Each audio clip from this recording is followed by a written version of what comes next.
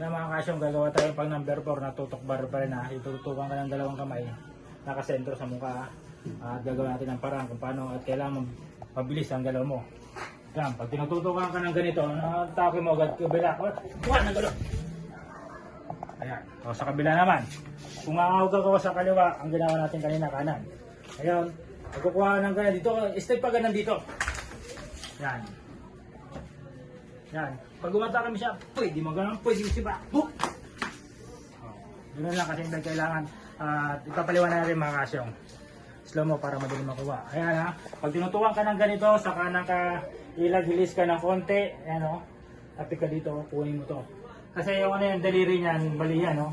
Slow mo natin o. Bali yan o. Yan. Bali yung daliri na yan. Pagkahagot mo rito, pak! Yan. Pag umatake siya, pwede mo frontal. Frontal. Sa kabila naman. Dalawa option natin. Sa kabila. Yan ha. Pag sa kabila, dito ka lihis. Kuha agad.